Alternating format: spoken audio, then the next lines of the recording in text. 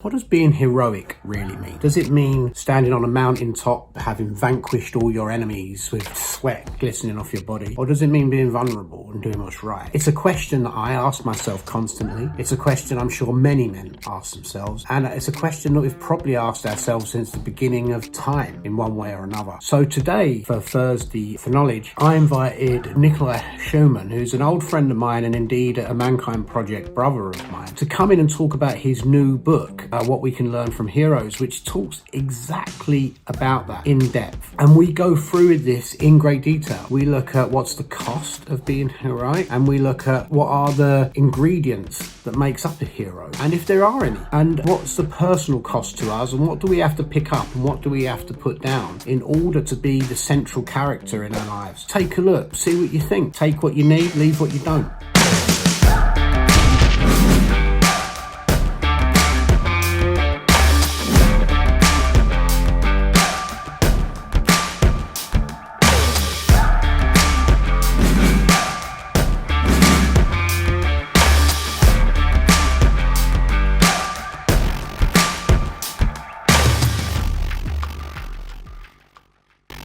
Become major, Paul. Live like a hero. That's what the classics teach us. Be a main character. Otherwise, what is life for? J.M. Coetzee. Welcome all you magnificent men that are watching, and welcome to Nicolai, who's here today to talk about his new book, The Hero Inside, and for us to have a conversation about heroes in general, the importance of heroes, and about finding your own hero, which obviously within this group is something that I hope we all see as very important. So let's kick off. Let's kick off with some introductions. I'm Lawrence Johns, and if you're watching this, then hopefully you'll know me. I'm one of the co-founders of this group, and the object of this group really is to bring men together in a platform where we can share ideas freely and collaborate and share resources. And that's why I invited Nicolai on today, just to really share some of the insights he's got that he's gained from his years of experience as a lecturer, trainer, and entrepreneur, and through his journey of writing The Hero Inside. So why don't we start off with you telling us a little bit about yourself? Yeah, hello everybody out there. I don't see you, but I trust that you all see me now. And my name is Nicolai Schumann. I'm a lecturer at City University and a guest lecturer at Queen Mary's and Goldsmiths. And I also run a storytelling consultancy, and I write screenplays, among other things. And yeah, I wrote this book, The Hero Inside, which is very much based also on my storytelling lectures, and partly also, if I may say, on my experience with MKP. Great. So let's start talking about the hero. So tell me about the hero. Tell me about the hero as you perceive it in this book. I mean, the interesting thing is that heroes are mostly very ordinary people, right? It's only the deeds that make them heroic. And the interesting fact is that there's a fine line between heroism and compassion, for example, or heroism and being altruistic. So the fine line is when you're altruistic, for example, you do something good and you don't expect anything in exchange. The hero does the same thing, but he goes a step further. He's even willing to sacrifice himself for the greater good. And that is what ultimately makes a hero, that he makes a greater good more important than himself. Okay. And so you give examples through your book. Who are some of the examples? Maybe just give some of the people who are watching this now some of the examples of men who you consider to be heroes. Yeah, absolutely. I mean, the interesting thing is that I would, for example, would regard some of the frontline workers at the NHS nowadays as heroes, right? Because they put themselves in risk for the greater good, right? Or if you go a bit more back in history, I give a couple of examples. For the Rosa Parks was a hero because she actually said she's not going to get up and give up a seat for white people in a white area, because she doesn't see the point of segregation, right? And she knew that she's gonna suffer for it, but she also knew that she is helping the greater good for that, right? Or Irina Sendler, who was a Catholic priest in the 1940s from Poland, and she basically managed to save a couple of hundred Jewish children from the Holocaust, even though she was tortured by the Nazis and she was locked in, but she wouldn't never ever give away their names, because the greater good and the common good was more important in her life than herself. And so, I mean, when I was reading the book, one of the things that I found particularly interesting is kind of how the book was structured. And there seemed to be kind of like 12 kind of key areas. And almost when I was looking at them, they could almost be like a sort of attribute. Like when I was looking at them, I thought this is almost like a, you know, I looked at most of them for this is a shopping list really of what I would consider a hero, like to have these bits, and I'll just go through them. So proactivity, self-determination, grit, positivity, stoicism, integrity, purposefulness, altruism, responsibility, courage, shadows, and curiosity. Now, I think most people looking at that would kind of go, yeah, that's a great thing. That's a great thing. I can see why you need that. Yeah, yeah, yeah. But shadows in there, I found really interesting. And obviously we have a shared experience in your, as you said, you're an MKP man, as I am. So we have a shared experience of the Mankind Project. So I believe we have a kind of understanding of why shadow is important, but I'd just like you to share why shadow featured so prominently in the book. Yeah, I mean, just for the start, I mean, this book is structured in 12 different character traits, right? So for me, it was important to feature the 12 most common traits all heroes have in common, because all other books I know about heroes out there, they're focused more on the hero journey, right? But they never really analyze the character traits too much. And by analyzing all the heroes out there, I found the shadow thing very, very prominently out there.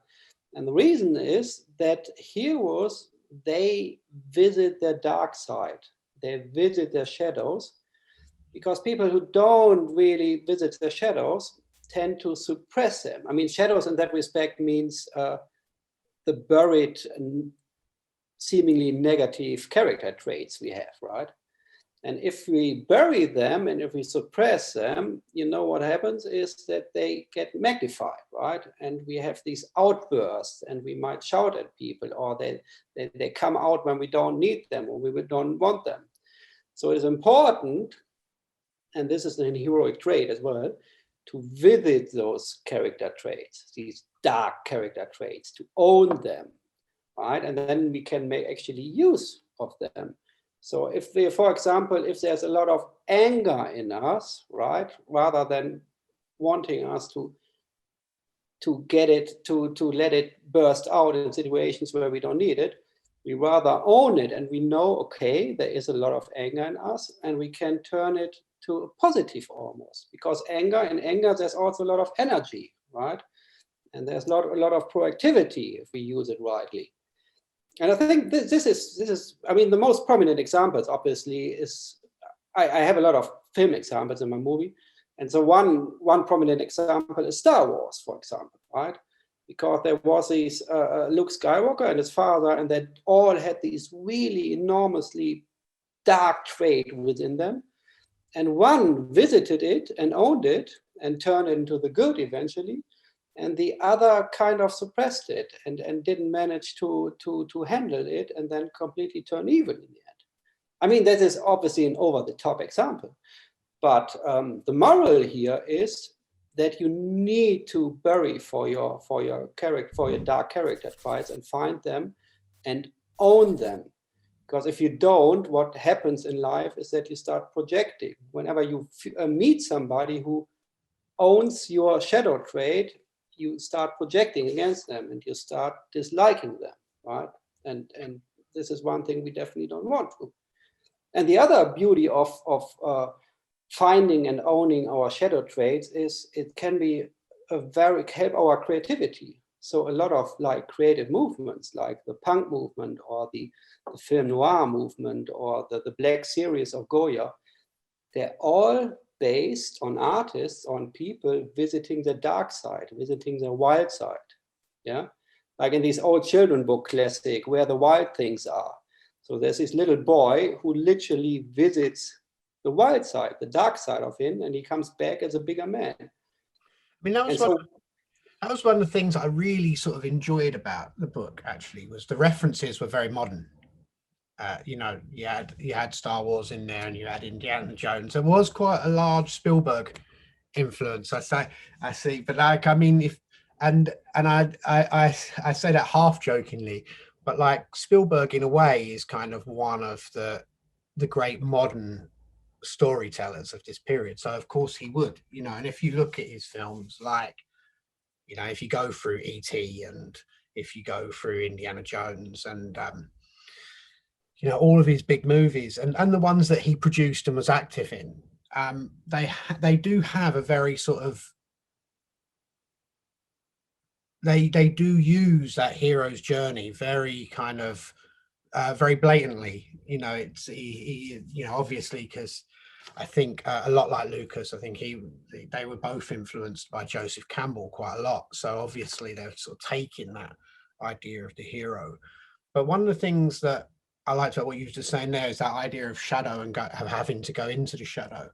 Often in you know, those stories and in terms of fairy tales, you know, there's often that sense of going into the woods, you know, going outside of what's normal and going into somewhere that's dark and frightening, and kind of having to face the monster that's in there, and that's coming up in video games now, and it's kind of, and you know, I very much kind of like the mythopoetics. So to me, it makes sense that that's the case, because I believe that's what's in here. So with how narrative is changing, and I'm talking to you here because of your storytelling background, obviously, do you think the structure of the hero's journey will change, or do you think that it's so kind of interlocked in our psyche that no matter how advanced storytelling becomes, it will somehow remain? I mean, I think it will always remain. I mean, keep in mind that Joseph Campbell found out that the hero's journey is the structure or the backbone of pretty much every story over all cultural and ethnic groups out there. So if you tell a story to an Eskimo and then you tell the same story to an Indian in the Amazon, they will both understand it, because they both intrinsically, intuitively understand the heroic journey, right? And I don't think it's gonna be changed per se.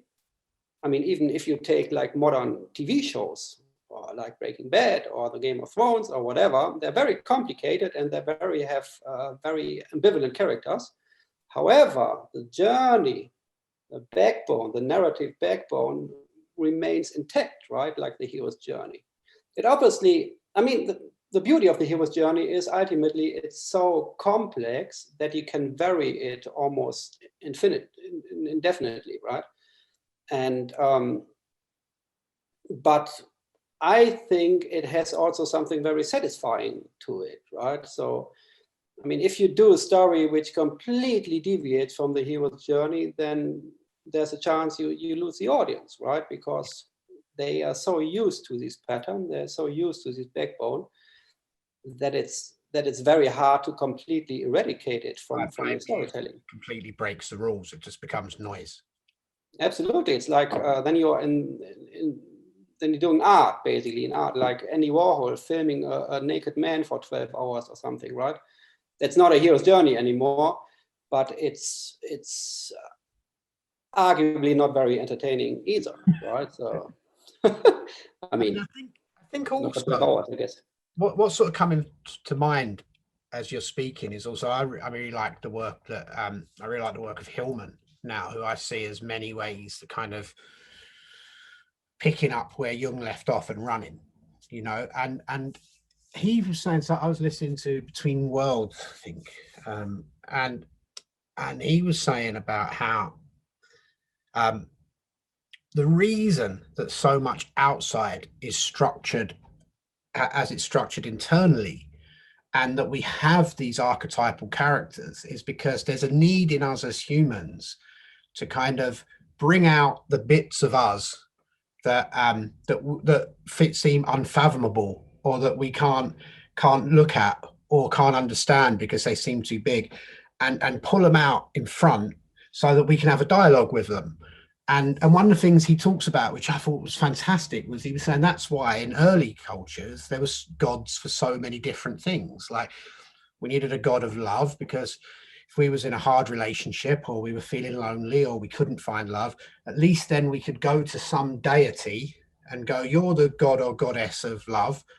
What's going on? Like, how can I, and you could have some sort of conversation, some sort of thought with that part of yourself, which wouldn't be possible if there wasn't a personification of it. And I have finally got round, because I have a young son, I can't watch any sort of film that isn't a cartoon.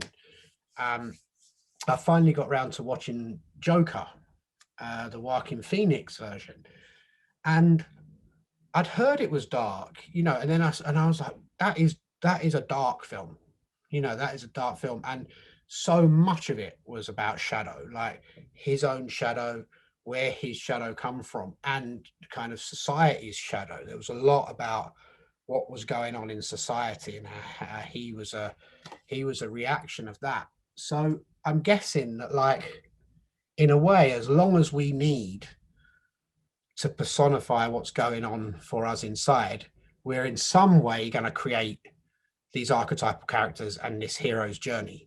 As long as we have to go inside to face our own darkness to find the light, we're going to find entertainment and release in the hero's journey. Yeah, no, absolutely. Very good point. I mean, ultimately, and that's the beauty of it, right? That heroes from the dawn of times, they are there to lead the way. I mean, they show us the light, and they always set a good example of how things ideally should be, right? And the biggest thing is, and that's one of the reasons why I wrote this book, is that heroes also always, they explain life in a way, right? They explain the truth. I mean, good storytelling is about explaining life and explaining truth. And by that, they create, in best case scenario, they create a ripple effect, right? Like Oscar Wilde said, that life imitates art more than art imitates life. And I believe in that. That it happened often in the history of not only storytelling, but of real life heroes as well, that they set such a strong example that many people followed them and turned the whole world a little bit to the better, right? And so this is one of the reasons I wrote this book, is that ideally it will create some ripple effects, right? People will adapt or get motivated through this book to adapt some heroic traits. And I believe that we're always under observation from somebody, right? We always teach somebody something, right? Even if we don't intend to, but somebody's always looking at us, right? And if we adapt more heroic traits, then we will create all these nice little ripples, and then they ripple to somebody else, and hopefully, and that is the main mission of the book, the world will be a tiny little bit better. At least I would like to think so. Okay, so we're going to go on to talking a little bit about how the book came about. Now, I just want to, if anyone, to the people that are watching, we will have some time at the end of this to ask some questions. So if you are watching on Facebook and you want to put it any questions in the comments. I will pick them up at the end, and I'll do my best to ask as many of them as I can. So yeah, the book. Let's talk a little bit about where the book came from, and why you wanted to write it. Yeah, I teach storytelling at City University and Cass Business School to MBAs and MScs since 8 years now. And I always teach them storytelling with the hero's journey, right? Because this is the ultimate story structure. And they always came to me after the class and asked me, but what is a hero really? And is there any way to become more heroic, or what are the character traits, and how can we learn a bit more from them? And then when I researched, I realized there is no such book out there really, right? And then obviously, I always talk about with my students about ethics, especially in business, because most of my students are business students, MBA students, right? And they're going on good business careers. And what I realized that, especially in business, if there were more people more heroic, then maybe the credit crunch and a lot of other tragic stuff in the business world that happened might not have happened. Because what I believe is that the opposite of a hero is not a villain. I mean, there will be always villains. There's nothing we can do about it. There will be always evil people, right? But I think what the opposite of a hero really is a bystander. It's people who see something bad happening, but just standing by and not interfering, not getting in there, right? And what a hero does, he's getting to action. He is proactive, right? And when he sees something bad happening, like the guys that the traders did during the credit crunch, or the managers at Enron or whatever, right? There's so many people who stood by and didn't do anything. And if we can motivate more of these bystanders to step in and do something and say something, then I believe we can turn this world. It could be a bit better eventually, right? Like the whistleblowers. I mean, you asked me for heroes, and I think the whistleblowers are the ultimate heroes for me, because they said, look, this is bad. They basically, I mean, Edward Snowden said that, right? That he exposed this whole shit the American government was doing to their people. And he probably lives in a prison for the rest of his life, right? But he did it anyway because he knew that it's good for society, right? So he basically sacrificed his own personal life for the greater good. And it doesn't always have to be that dramatic, but I think one of the main things is that you got to step in, you got to say something. If something's going wrong, then you should step in. That's a really, really interesting point, because this group, the Magnificent Man Project, it was founded by myself and a guy called Tony Wise, and it came from that famous line about you being small does not serve the world, and that kind of struck a chord with me, and what you're talking about in terms of there are no villains, like it's bystanders.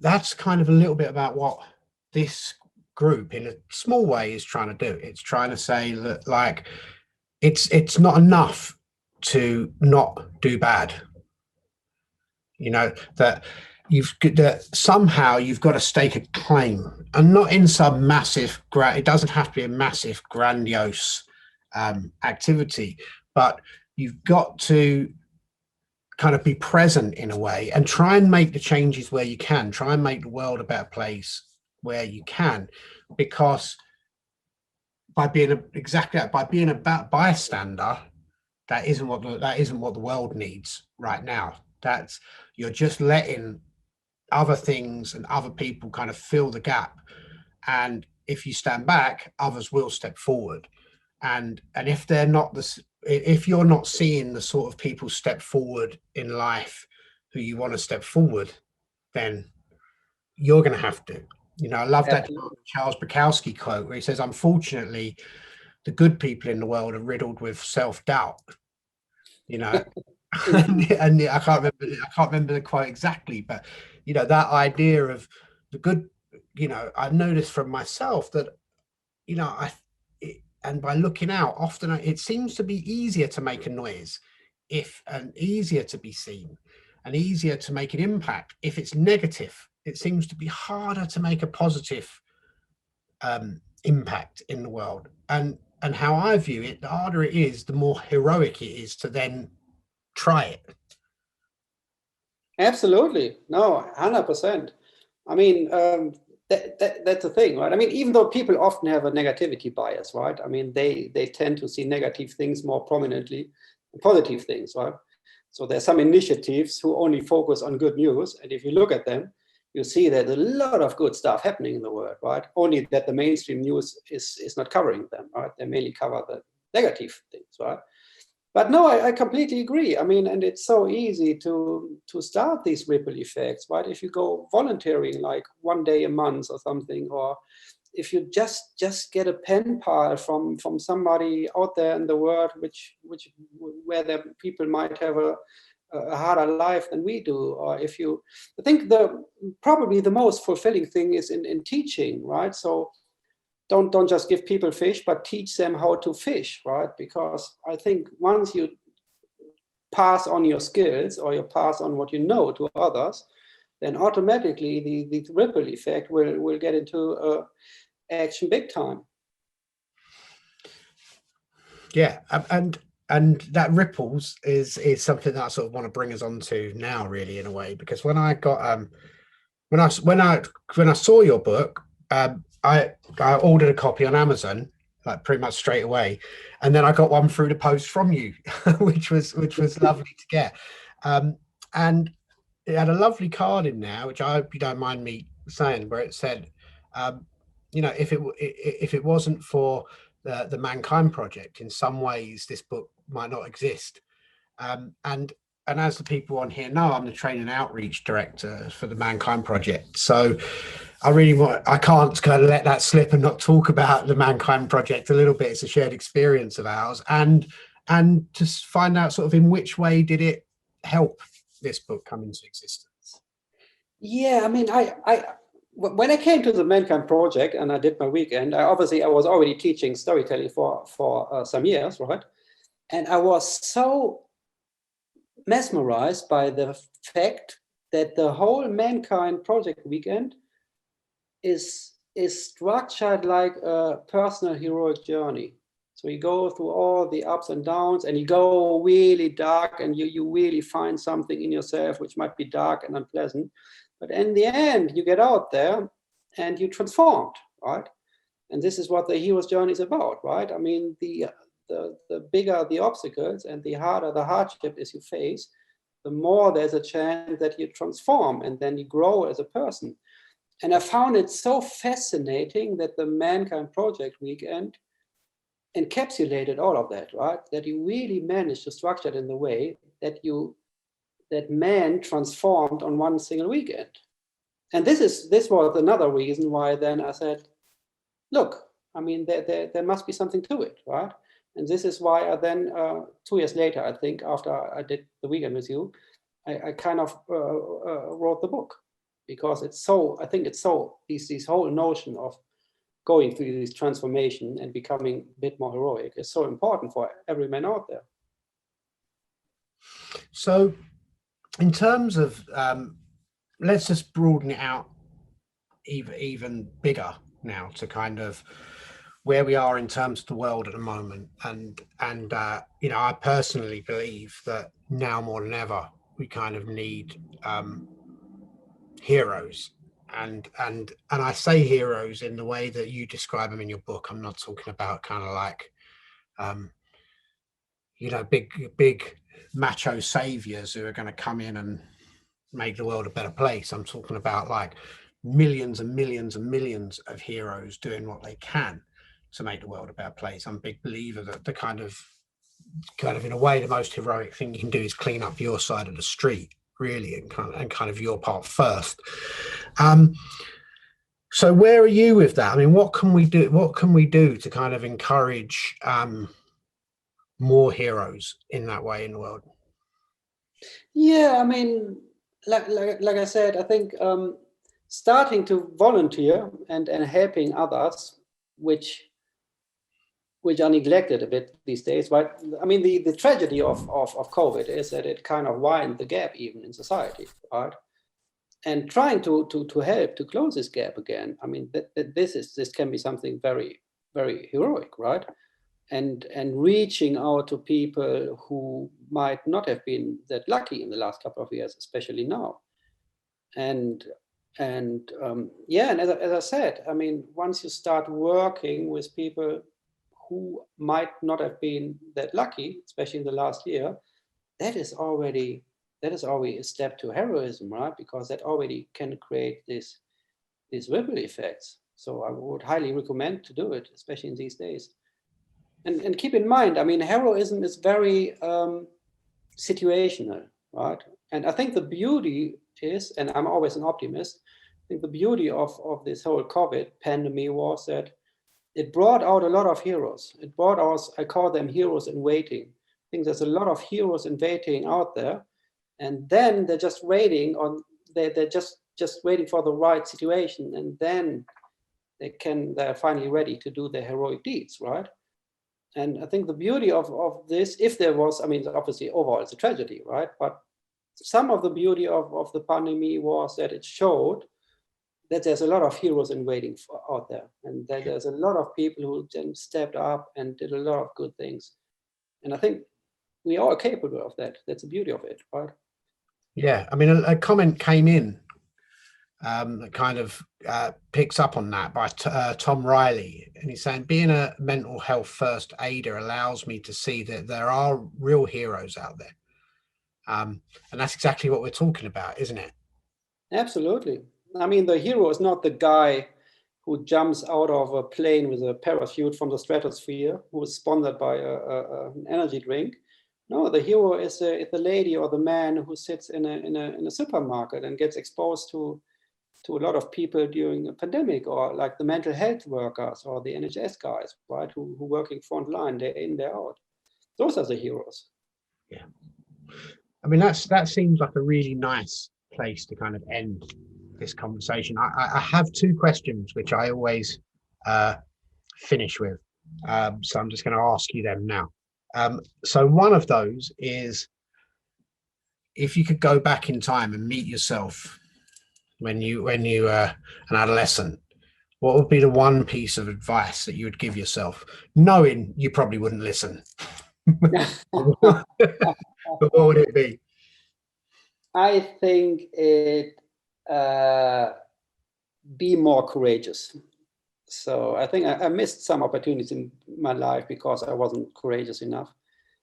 And ultimately, that's also a heroic trait, that there's so many people, in story terms, they're called threshold guardians, who kind of try to stop you from going on in your journey. And you just have to be more courageous sometimes in life, because ultimately there is not much at stake, right? In most situations. That's just what I was thinking. It was like, that's one of the things I often think, I wish I would have known, I wish I would have understood really how powerful I was when I was a young man, when I was a younger man, because in many ways, just to the fact that there was nothing really to lose. Like, there was no, I was so kind of riddled with, not riddled, but I was so conscious of what other people were going to think of me, or how it could go wrong, and or how I should be thinking about planning a future and all that kind of stuff, when there was this period, where I could have really have done anything. I could have really have tried anything, because if you had to sleep in a park, I probably could have slept in a park. If I could, but often, and I see it in young men a lot now, and I see it in young women a lot now, and it brings me sadness, is they're often so insecure, so conscious of what everyone else is going to say, especially in this time of kind of social media and stuff like that, that it seems like they don't see just how powerful actually they are, just because of the sheer energy that they have. And so yeah, I find it really interesting that you say that also. because it's one of the things that I think, if we could just, you know, if that was just harnessed, if there was some way, and I think our society sadly does a very, very good job in saying, you know, keep in line, it's got to be like this. You can rebel in this little safe area, but don't go outside that. You know, like, you can experiment as much as you like, but when college stops, or when you stop being, when you're 20, you've got to stop too, you know, and fall in line. I think we sadly do a very good job of that. Exactly. That's again shadow work, right? So we are conditioned to suppress our shadow in our childhood, and then we kind of carry our shadow traits in a bag, and it drags us down in life. So we have to revisit them at one point. Yeah, indeed. And so, final question is, what book has had the biggest impact on your life? I think it was The Catcher in the Rye.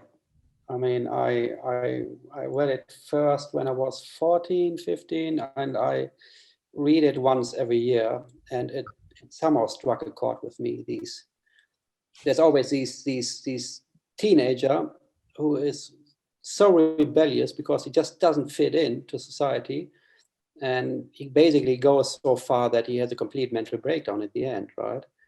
But I find it so teaching of what society expects from us and what happens to people who rebel against it.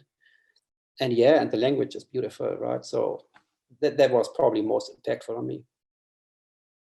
Yeah, I actually, I read that book first time when I was probably like 15, and loved it. And recently, over the last year, maybe 18 months, I've kind of been going back and revisiting a bunch of books that I read when I was about 15, 16, which I loved, and seeing which ones kind of stand the test of time.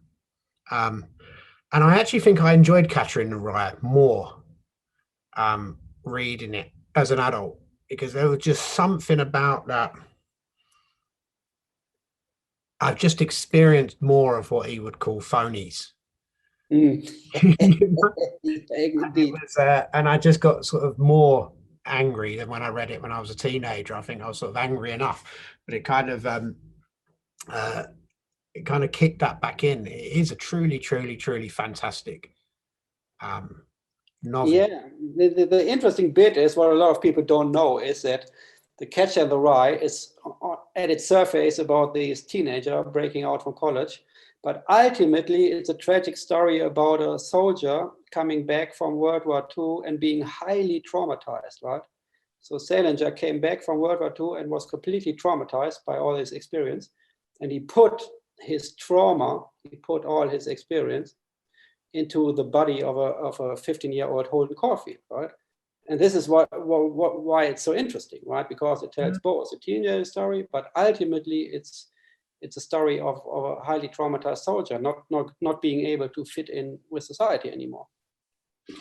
It's funny, that thing of, like, you know, Hillman always says it's never about what it's about. You know, Yeah, the one, we're going off the point slightly, but one of the books that I read recently, which in some ways hasn't stood up, is On the Road by Jack. Yeah. It's very chauvinistic, that book. You know, it's very dated now in that way. But I tell you what I got from it, reading it as an adult, which I didn't get. I was very disappointed when I read it when I was like 15, 16. So, this is the great hippie book. I'm going to read this and I'm going to want to go hitchhiking around the world and all that. And it was about jazz and stuff, and I didn't get it, right? But it's really a love story, that thing. It's a sort of unrequited bromance between kind of Sonny and Neil Cassidy, and he's just kind of following this more exciting, vibrant, kind of angrier young man around America, trying to emulate him. Absolutely. So probably Neil Cassidy was a personified shadow, right? He always tried to be, right? That is so interesting. This wildness, which he never really had. Yeah. Great. Perfect place to leave. So I'll pop a link. It is available. It's on Amazon. Hero Inside. a really good book. I tell you, and the other thing I liked about it as well is you haven't sort of made it overly academic. Like, it's really accessible. It's not like endless quotes and backing up and reference. Really quick read, really insightful read, and I really enjoyed it. So thank you. Great to see you. And let's keep in contact. Absolutely. Talk to you soon, Lawrence. Yeah, thanks for inviting me. Take care. Thank you. Take care. Bye-bye.